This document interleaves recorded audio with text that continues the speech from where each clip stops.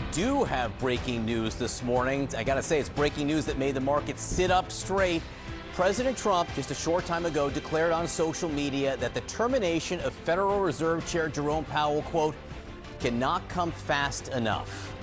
So these are the strongest words the president has said out loud or written out loud, floating the idea of dismissing the Fed chair. A move that's legally questionable. Not clear he could fire him if he wanted to. The timing also crucial. It comes just after Powell very publicly warned that the Fed would be in a tough spot as the president's tariffs raised prices and weaken the economy. He says prices likely will go up. It will likely slow down economic growth, and consumers do bear the costs of these tariffs. Let's get right to CNN's Elena Treen at the White House for this much more public front and assault on Jerome Powell. Elena.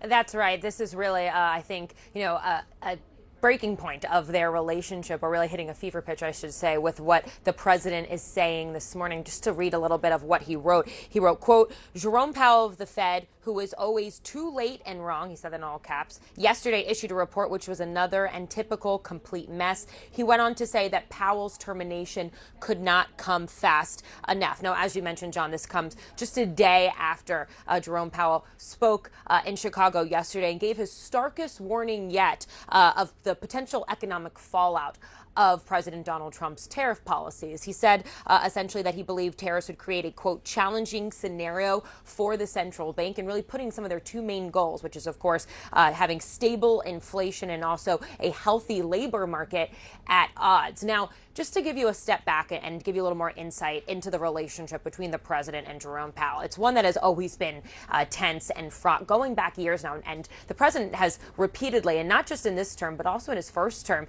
urged the Fed to cut rates. But we're seeing that even more so now, of course, because of the economic concerns regarding some of the president's trade policies and tariff policies. Now, one thing that is clear is that the Fed is supposed to operate independently of politics, something Powell reiterated yesterday. But we also know that the president has tried to issue an executive order to take more control over the central bank. And there's also concerns that perhaps the president could move to try and oust Jerome Powell before his term is up in May of 2026. All to say, we are seeing this fight really play out more publicly. I would anticipate this isn't the end of what we'll be hearing from the president regarding how Powell is running the Fed. Yeah, it does not seem the president liked what Jerome Powell had to say yesterday. The president of the United States went directly after Fed Chair Jerome Powell, saying his termination cannot come fast enough. My question to you, our question to you this morning, is a simple legal one, although I'm not sure there's a simple legal answer. Is there ever? Can the president terminate the Fed chair?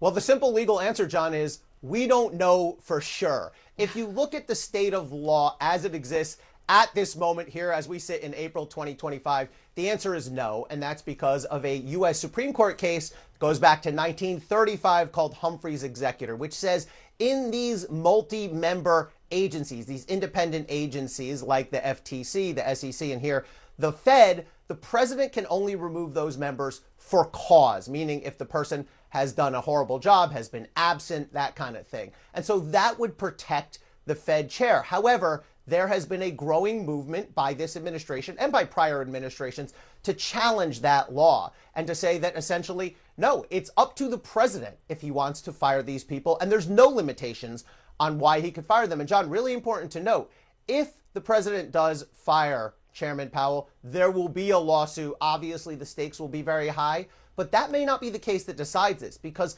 there's another case involving the firing of other board members of other boards of the FTC and the National Merit Protection Board that's already up at the Supreme Court. The Supreme Court has not decided yet whether they'll take it, but that one's way ahead of this potential case in terms of the procedure here. But the stakes here are huge. I think it's only a matter of time before one of these cases reaches the Supreme Court, and that'll tell us exactly how much power the president has to fire the Fed chair and other independent appointees within the executive branch.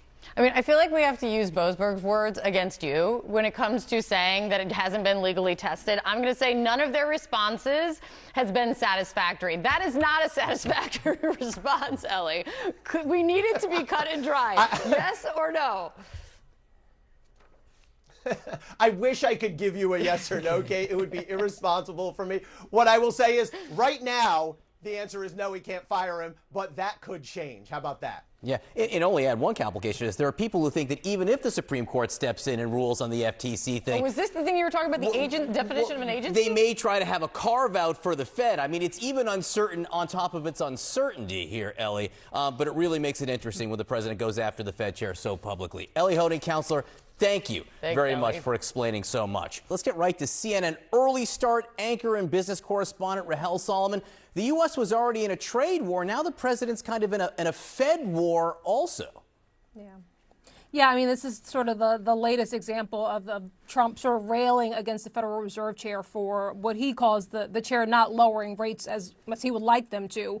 But these comments yesterday, John, from Jay Powell, I thought were so interesting, less because of what he said, but more so how he said it. I found his comments to be very direct, very clear, very little room for ambiguity, which isn't always the way Jay Powell speaks. He said, look, these tariffs will almost certainly mean higher inflation, at least for the rest of this year, and higher unemployment for the rest of this year, and slower growth.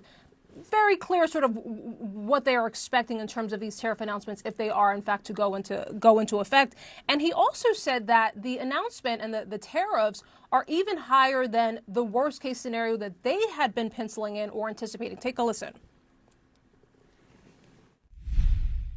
The level of tariff increases announced so far is significantly larger than anticipated, and the same is likely to be true of the economic effects, which will include higher inflation and slower growth.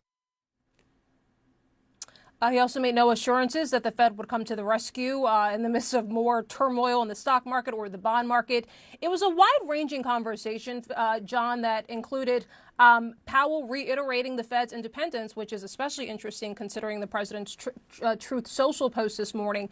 It was the only response, at least from what I could hear, the only response where he got an applause. He said, look, there is broad support in both parties for an independent Fed, and that essentially the Fed doesn't bow to political pressure no matter who is in office. I will also say that the conversation touched on some lighter topics. He said that when he's not working, he likes to FaceTime with his kids and his grandkids. And apparently, John, he likes to go to the gym. He's a big gym goer. So some moments of levity and otherwise pretty grim interview.